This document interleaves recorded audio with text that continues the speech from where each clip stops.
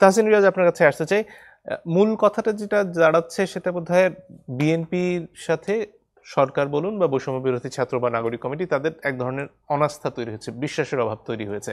প্রশ্ন হচ্ছে এখান থেকে বেরিয়ে আসার এবং সবাই মিলে একটা গ্রহণযোগ্য নির্বাচন করার রাস্তাটা আসলে কি? রাস্তা আছে, রাস্তা অবভিয়াসলি আছে। আপনাকে আসলে পরমত সহিষ্ণুতা দেখাতে হবে। আপনি মানে যে ভাষায় কথা বলছেন সেই ভাষায় আওয়ামী লীগের ভাষার যে মিল, সেই মিল আমরা কিন্তু খুঁজে পাই। তিনি যেমন করে হচ্ছে আমাদের মধ্যে আওয়ামী লীগকে দেখতে পাচ্ছেন, আমি তার কাছে খুব শ্রদ্ধার সাথে প্রশ্ন রাখতে চাই। তিনি যখন চাঁদাবাজি দেখেন, তিনি যখন ঘাট মাঠ দখল হতে দেখেন, তিনি যখন দলের যে অভ্যন্তরীণ কলহর কারণে মানুষ হত্যা হতে দেখেন, তিনি যখন একটা দলকে হচ্ছে শুধুমাত্র মানে বিভিন্ন বাজারে হাটে ঘাটে মাঠে প্রতিষ্ঠা করার জন্য যখন তিনি একেবারে সমস্ত রকম দুর্নীতি অপকর্ম দেখেন, তখন তিনি আওয়ামী লীগের চেহারা খুঁজে পান না। সেখানে তিনি কেন আওয়ামী লীগের চেহারা খুঁজে পান নাই, এই প্রশ্নটা কিন্তু আমি শ্রদ্ধার সাথে তাদের কাছে রাখছি। আওয়ামী লীগের চেহারা তো এটিও ছিল। আওয়ামী লীগ তো মাঠ ঘাট সব কিছু দখল করে রাজনীতি করেছে। আওয়ামী লীগ তো প্রশাসনকে কন্ট্রোল করার চেষ্টা করেছে। আওয়ামী লীগ তো সিস্টেমকে কন্ট্রোল করার চেষ্টা করেছে। এই কার্যক্রমগুলো যখন তিনি দেখেন, তিনি কেন সেখানে আওয়ামী লীগকে খুঁজে পান না, এটা আমি আসলে অবাক হই খুব বেশি। আর দেখেন, তিনি বেশ কিছু কথা বলেছেন, ছাত্রদলের মিছিলে বাধা দেওয়ার কথা বলেছেন। আমাকে তিনি দেখাক যে ছাত্রদলের কোন মিছিলে বাধা দেওয়া হয়েছে। ছাত্রদল তো কন্টিনিউয়াসলি বাংলাদেশের মানে এসপিআরে রেগুলারলি প্রোগ্রাম করতেছে। রেদার আমরা বাধা দেওয়ার কে? ইনফ্যাক্ট ছাত্রদল তো এই বাংলাদেশের একটা গণতান্ত্রিক ছাত্র আন্দোলনের একটা শক্তি, তাকে তো আমি বাধা দেওয়ার কেউ না। কে বাধা দিচ্ছে তাহলে তিনি স্পষ্ট করে বলুক যে অমুক বাধা দিয়েছে বা তমুক বাধা দিয়েছে, অমুক দল বাধা দিয়েছে। সেটা তো আসলে আপনি যে কোনো কিছুকে যদি আমার উপর চাপান বা আমাদের উপর চাপান, এটা তো আসলে বিভাজন তৈরি করবেন। আপনি যে সমাধানের কথা বলছেন মঞ্জুর ভাই, এই সমাধানটা তখনই হবে যখন আপনি আওয়ামী লীগের ভাষায় কথা বলবেন না।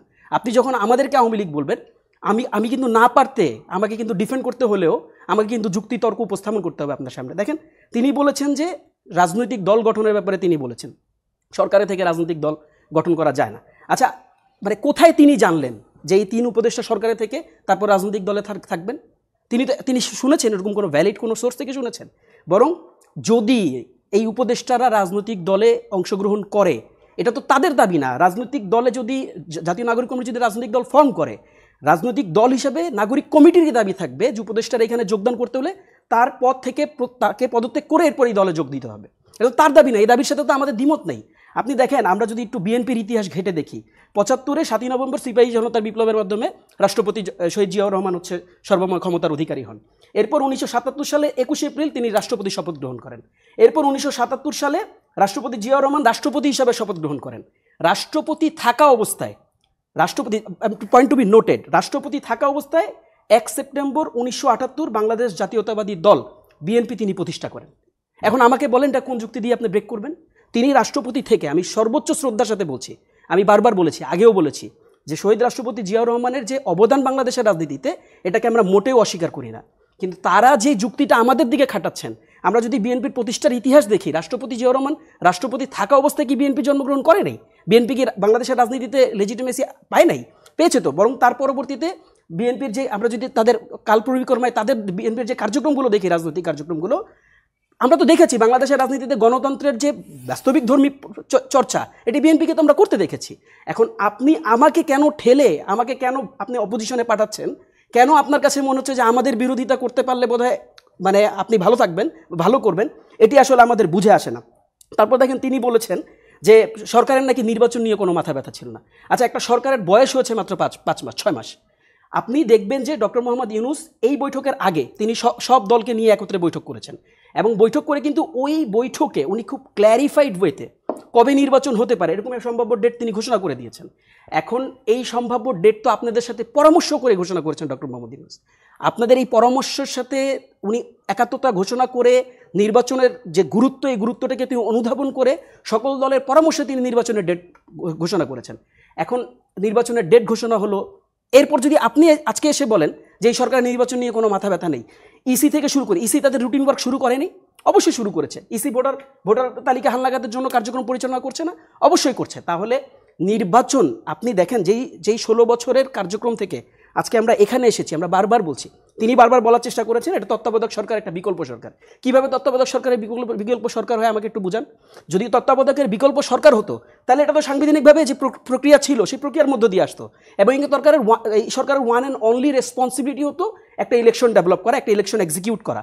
তাই একটা ইলেকশন এক্সিকিউশনের জন্য গণঅভ্যুত্থান পরবর্তী সরকার হয়? আসলে তো হয় না। আপনি হিস্ট্রির দিকে তাকান, হিস্ট্রি, বিপ্লব, গণঅভ্যুত্থান, যতগুলো গণঅভ্যুত্থান আমরা দেখেছি, সেটা আপনি ফ্রেঞ্চ রেভলিউশন থেকে শুরু করে যত জায়গায়, আপনি কিউবা অ্যান্ড আদার্স, সব জায়গায় আপনি দেখবেন যে যখন একটা বিপ্লব সংগঠিত হয়, বিপ্লব পরবর্তী যেই সরকার দায়িত্ব গ্রহণ করে, সেই সরকার একটা রাষ্ট্রে যে ভঙ্গুর রাষ্ট্র থাকে, আমরা তো দেখেছি রাষ্ট্রের যতগুলো যন্ত্র আছে, এই যন্ত্রগুলোকে আমরা বিকল অবস্থায় পাইনি। এটা কি মনিয়াপা কি অস্বীকার করবেন? অস্বীকার তো করবেন না।